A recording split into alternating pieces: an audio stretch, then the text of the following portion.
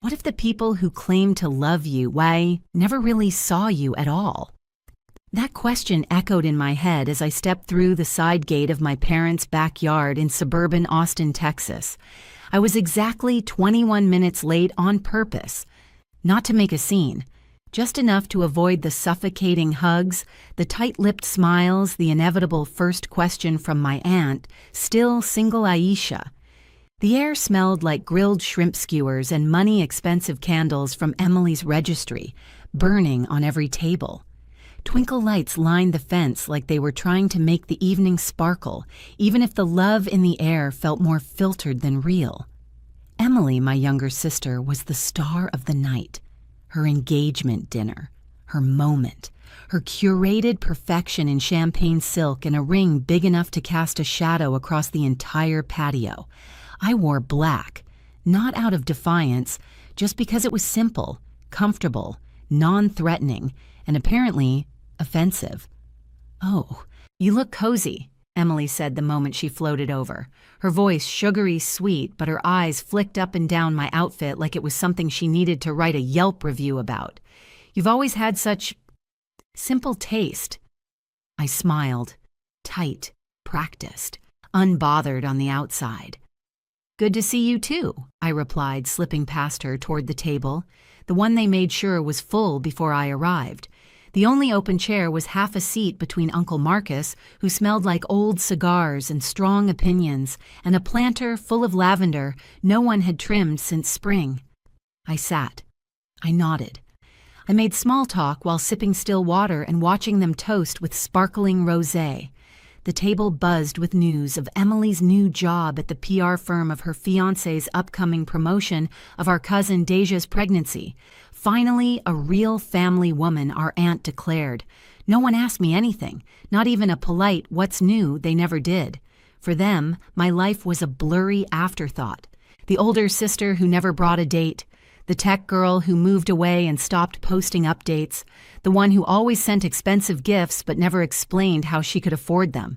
When Emily turned to her fiancé and announced Aisha's always been so practical, I nearly choked on my water. Her voice danced with fake affection, the kind that cuts sharper than outright cruelty. "She's good at stretching things. I mean, she's still driving that old gray car, aren't you, Aisha? Laughter, light, just teasing." Except it wasn't. The laughter turned into chuckles around the table. Uncle Marcus leaned in and added, "What is that thing, a 2008 Civic? That car's got more miles than my lawnmower." Emily tilted her head toward her fiancé again, clearly enjoying herself. "She's just very grounded. Never let appearances get to her," she said with a smirk so subtle only someone who grew up with her would recognize it for what it was, war paint. I smiled again, this time softer. My silence was armor. Let them laugh.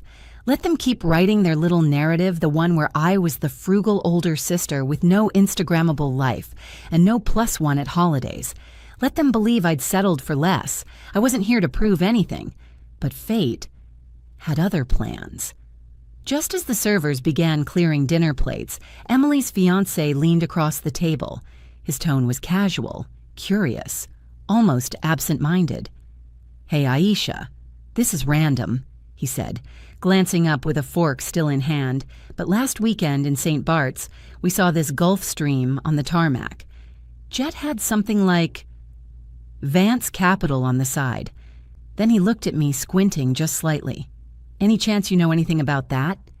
And just like that, the entire table froze. Forks paused mid-air. A wine glass clinked and went still. Even the soft jazz drifting from the Bluetooth speaker seemed to hold its breath. My eyes met his. I held his gaze. Then slowly, I smiled. "Yeah," I said, simply taking a slow sip of water. "That's me. No raised voice, no smug tone. Just the truth. And that truth cracked the entire room open like a thunderclap under silk. But I had no idea what was coming next. My sister's smile didn't falter, but something behind her eyes cracked. The silence that followed my quiet confirmation felt like someone had turned the volume knob down on the whole universe. You could almost hear the tension clink against the rim of every untouched wine glass. Across the table, my mother blinked twice slow and calculating, like she was trying to reassemble the version of me she'd always kept in her head. My cousin's fork hovered mid-air, a piece of grilled halibut trembling on the tines. And Emily, my sister, she just stared. Her fiancé was still looking at me, processing, trying to connect dots he didn't even know existed. "You're kidding," Emily said finally. But it wasn't a laugh, it was a demand. I didn't answer, because anything I said would have either sounded like bragging or like damage control. And I wasn't doing either. Not tonight. Her fiancé, bless him, kept going.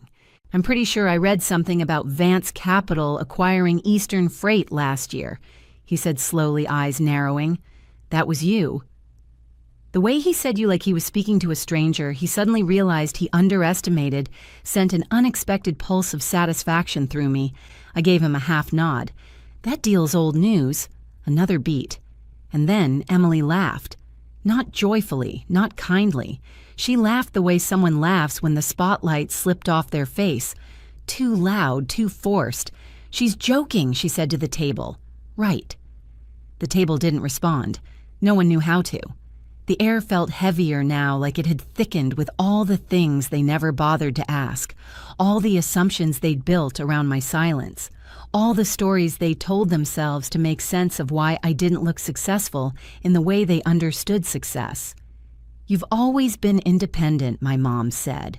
At last, her voice tight, manufactured. "Didn't want the stress of a big career." Aunt Brenda chimed in, trying to rescue the moment. "Well, it's good to see Aisha's doing something." Something. That was the word they chose. Not impressive, not meaningful, not visionary, just something. I glanced down at my plate. Dessert hadn't even arrived, but the taste in my mouth had already turned sour. This wasn't just skepticism, this was control unraveling, a story undone. A hierarchy carefully constructed over years, suddenly destabilized by a single sentence. They didn't know where to place me anymore. I used to be the quirky older sister, the quiet one, the one they pitied because I never showed off a boyfriend or posted birthday balloon backdrops on Instagram. Now they were realizing I had something they didn't power, I never handed over for approval. Still, I sat. I waited. I watched. And the betrayal began in earnest. Because it wasn't just that they didn't believe me, it's that they did and couldn't handle what that meant. Emily leaned over, her voice low and sticky sweet like it always was, when she wanted to control the room without looking like she was. You could have told us she said lips tight. I raised an eyebrow. "Why?" She blinked, didn't answer. But I already knew. Because if I had told them, they would have found a way to dismiss it, to minimize it, to make it about them. They needed me to stay small because that was the role they'd written for me. And now they didn't know how to revise the script. "You always loved keeping secrets," my mother added, not looking at me. "That's not a compliment," I said quietly. And that was when the tension snapped. Uncle Marcus gave a short laugh. "I guess success really doesn't change people. It was meant to sting. It didn't. Not like it used to. Because here's the truth, they weren't upset that I had money or that I built something. They were upset that I didn't need them to do it, that I hadn't begged for support or validation, that I'd created something real, lasting, and kept it all to myself. I looked around the table at the family who had spent years treating me like a cautionary tale. They thought they were safe in the story they'd constructed, that I was lonely, that I'd failed, that I drove an old car because I had no other option. They thought the absence of visible luxury meant the absence of worth. And now the cracks were showing. Because nothing unsettles a family built on appearances like a truth that doesn't match the narrative, and the real betrayal. It wasn't that I'd done well. It was that I had never needed their applause. Still, I hadn't expected how much it would shake them. And the worst part, the night wasn't even over. But the real fallout hadn't begun. Yet, the room didn't explode. It imploded. That's how I remember it. After I confirmed the jet was mine, nobody yelled. No one stormed off. There wasn't even a dramatic wine spill or someone clutching their pearls in theatrical shock. No. The real damage came in the silence. Forks hovered mid-air, waiting for someone else to speak first. Glasses stayed suspended halfway to lips. Eyes flicked between each other, measuring, recalibrating, calculating. In that moment, I wasn't Aisha, the practical sister. I wasn't the woman they'd dismissed with every wedding toast, every family game night, every holiday dinner when they listed everyone's big news and skipped me. I had become something they didn't know how to handle a contradiction. I could see the thoughts forming in real time like a silent group text they were all reading. If she's successful, then why didn't she tell us if she has a jet? Does that mean we were wrong about her? If we were wrong, what else has she kept from us? It hit them like a wave. But for me, it had always been a slow burn. I'd been living with that dissonance for over a decade. They only noticed it now because someone else, someone they respected, had said it out loud. Emily's fiancé leaned back in his chair like he'd stumbled into a war zone he hadn't meant to trigger, his brows furrowed, fingers tapping lightly against his wine glass. "You're the one who built that courier tech startup, right?" he asked cautiously. "It was in Fast Company or Forbes or something." I just nodded. No need to elaborate. He turned to Emily, confused. "You never told me your sister was—" I didn't know Emily snapped her voice sharper than she probably intended. The guests picked up on it, the sharpness, the shift. My mother stiffened. Aunt Brenda pretended to re-butter a roll. Even Uncle Marcus had stopped trying to make a joke of it. I could feel it, all of them rewriting the mental file they had on me. I didn't say a word. I didn't need to. Because this was the part they never prepared for me being the one who didn't care anymore. Let me rewind. Let me tell you why this moment mattered. When I was 28, I landed in the hospital with a ruptured appendix. It turned septic. I nearly died. I was unconscious for almost 36 hours and in recovery for 2 weeks after that. Not a single family member called. Not a single one sent a card or asked if I needed help. Do you know who helped me bathe a roommate I barely knew, some guy I found on Craigslist when I couldn't afford anything else in Seattle? He brought me soup. He checked my meds. He texted his own mom to ask if she knew how to help. Meanwhile, my own mother didn't even know or maybe didn't care that I'd almost died. That was the last time I expected anything from them. I stopped sending the holiday group texts. I let birthdays pass without comment. I didn't cut them off. I just quietly let go. And the strange thing, no one noticed. Or maybe they did, but it was easier not to say anything. Easier to let the space grow and pretend it was just distance, not damage. So yes, when my name came up on that jet, it wasn't just a fun fact. It was a rupture. A tiny, unplanned detonation that forced them to see me fully for the first time. And they hated it. Not because I had succeeded, but because they had ignored me while I did. Because I had grown into something they didn't control, didn't shape, didn't even recognize. Emily couldn't stop fidgeting with her napkin. She kept smoothing it out, folding and refolding it like it was some metaphor for the evening she was trying to flatten back into shape. Her fiancé had the decency to stay quiet, but I saw the look in his eyes, admiration mixed with confusion. He was reevaluating everything. "You've always kept things to yourself," my mom finally said. Not an accusation, not quite, but definitely not kind. "I had to," I said softly, and that was the truth. When every version of you is met with eye rolls, corrections, or pity, you start to build your own narrative, one that doesn't require their approval. It's not hiding, it's self-preservation. Dessert arrived, a molten chocolate cake with raspberry coulis Emily had posted about 6 times during the week leading up to the party. It sat untouched in front of me. I wasn't hungry.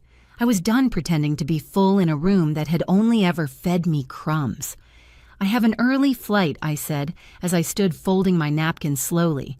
"I should go." But dessert just came out. My mom said too fast, her voice suddenly bright. I looked her dead in the eye. Yeah, I know. I walked around the table, passing every face that had refused to ask, refused to listen, refused to believe. No one stopped me. But behind me, I heard it. A whisper. Sharp. From a cousin, maybe. She has a jet.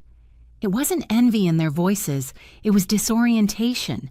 Like they'd just realized they'd been living in a house built on assumptions. And now it had no roof.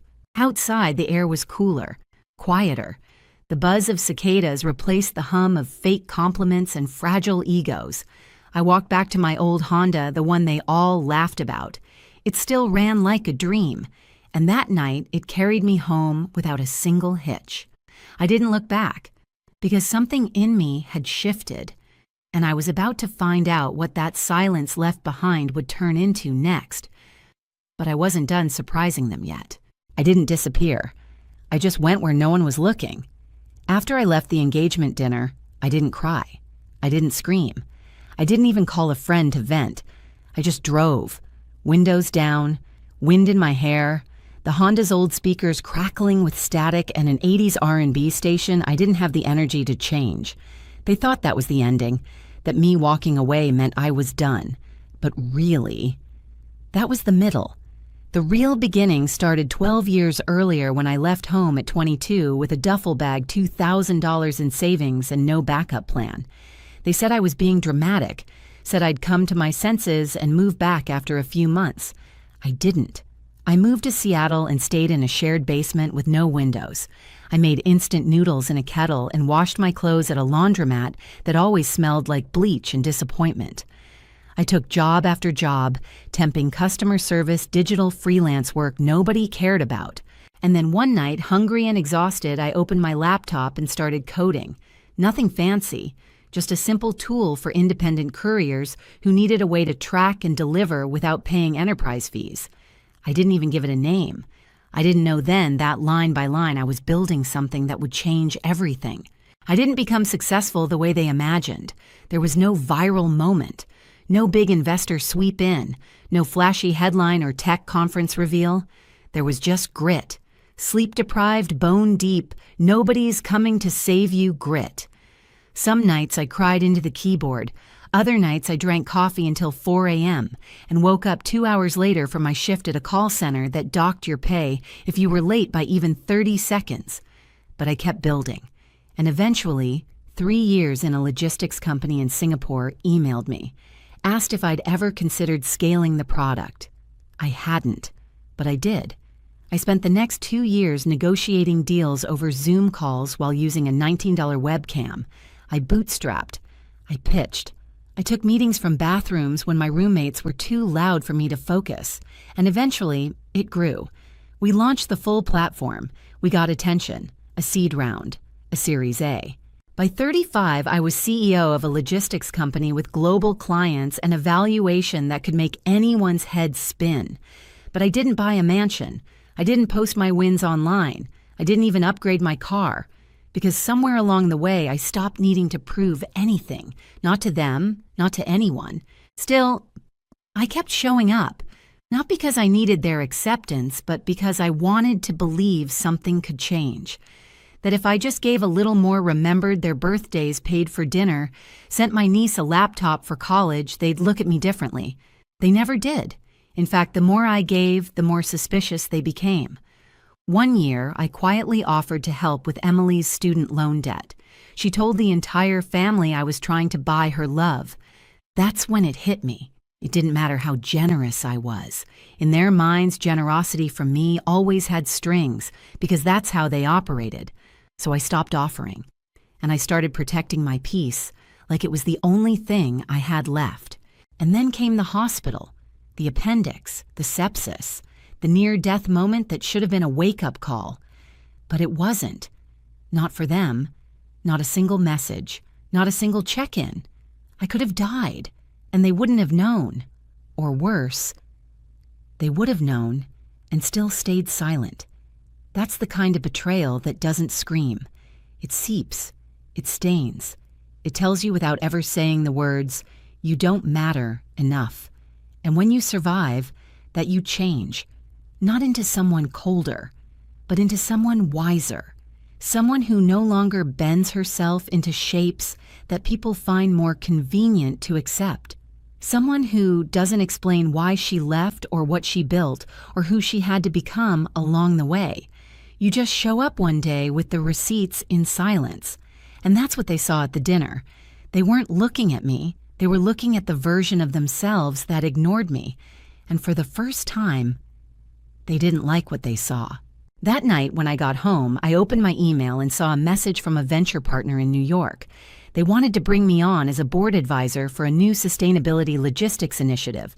Big money, bigger responsibility.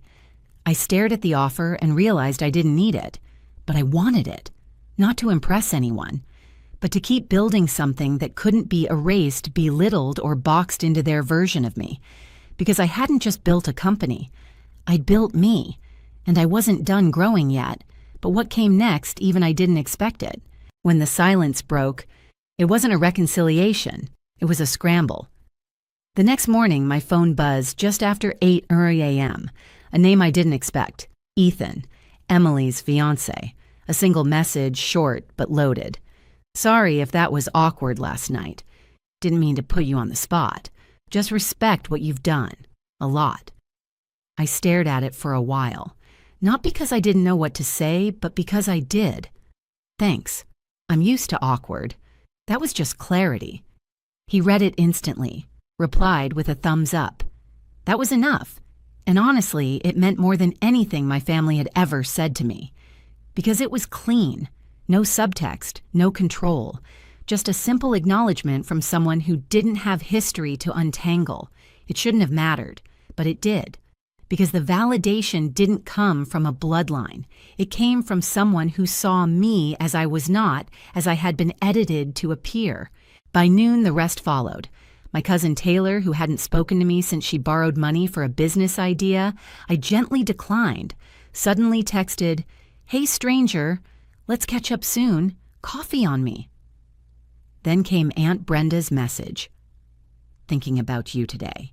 Your mom told me a bit about your company. So impressive. Let's talk sometime. Each ping of my phone felt like a knock on a door I had long since bricked up. But the strangest message came from my mother. Short, clipped, almost accusatory. Why didn't you ever tell us about your business, as if that question didn't carry years of unspoken history inside it? I didn't answer. Not because I was being petty, but because I had nothing left to say. Because that question wasn't curiosity, it was damage control. It was the attempt to reclaim the narrative now that I'd forced it into the light. Had I told them years ago, they would have found a way to minimize it, to twist it, to make it their accomplishment or worse, their burden. They would have said I was exaggerating or acting above everyone, so I stopped sharing. And now they were just too late. Let me be clear, they didn't suddenly become interested in me. They became interested in the story, in the idea of a family member with a jet, with a company, with status they could mention in passing at dinner parties without ever having picked up the phone once when I needed them. They wanted the optics, not the essence. It was never about connection. It was about proximity to a success story they hadn't written, but now wanted to borrow from like it was a designer bag. And I wasn't lending anything out anymore. 2 days later, my assistant confirmed the Gulfstream was fueled and prepped for its next charter. I booked a seat on it for myself, not to escape, to reclaim. I boarded late in the evening, the sun just slipping below the Texas hills, casting amber streaks across the tarmac. I settled into the seat. Nothing flashy, just soft beige leather, a glass of mineral water in hand. No champagne, no selfies, no announcement, just peace. I looked out the window and saw the wing gleaming in the last light, a clean slash of white cutting through dusk, and for the first time in years, I exhaled. They would keep talking. Emily would spin it her way. Maybe I won the lottery. Maybe I dated someone powerful. Maybe I was lying. Didn't matter. Let them guess. Let them chase a version of me they never bothered to understand when it mattered. Because the real shift wasn't in the jet or the business, or the sudden attention. The real shift was in me. I no longer needed to be understood. I sat in that cabin with the hum of altitude rising in my ears and realized this was what freedom felt like. Not proving them wrong, not explaining myself better, just letting go. Because power isn't always loud. Sometimes it's a quiet departure on your terms, and that's exactly what I gave myself. But the final moment of clarity that was still coming. I used to think closure meant saying everything perfectly. Now I know it means walking away without needing to say anything at all. The jet sliced through the clouds above the gulf, a smooth line between two worlds.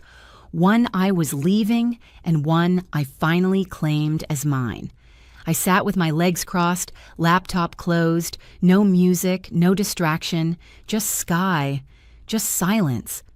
And for the first time, that silence didn't feel heavy or lonely. It felt clean, like a reset, like I had finally stepped out of their version of me and into my own. Later that night, I lay in bed in my quiet apartment overlooking the Seattle skyline, and memory came crawling back, uninvited but familiar.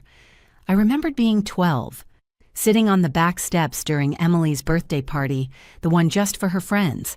I'd helped Mom bake the cake, but when it was served, no one saved me a slice. I remembered prom night, watching from the window as our cousin twirled in the yard, laughing in the golden light. No one had asked if I needed a dress. No one wondered where I was. And I remembered my father before he passed, ruffling my hair with a tired smile and saying, "She's the practical one. The other's the pretty one." I didn't even know those words cut until years later when I realized I'd spent my entire life trying not to be a burden, and still somehow became a disappointment, a shadow even in my own story, until I rewrote it. Line by line. Late night by late night. Failure by failure. Every time I chose not to get bitter. Every time I chose to try again. Every time I stayed quiet, not because I had nothing to say, but because I wanted to protect what I was building from the noise of people who never really cared. That was the power they never saw coming. They were watching for someone loud, someone flashy, someone desperate to impress. But I built my power in silence.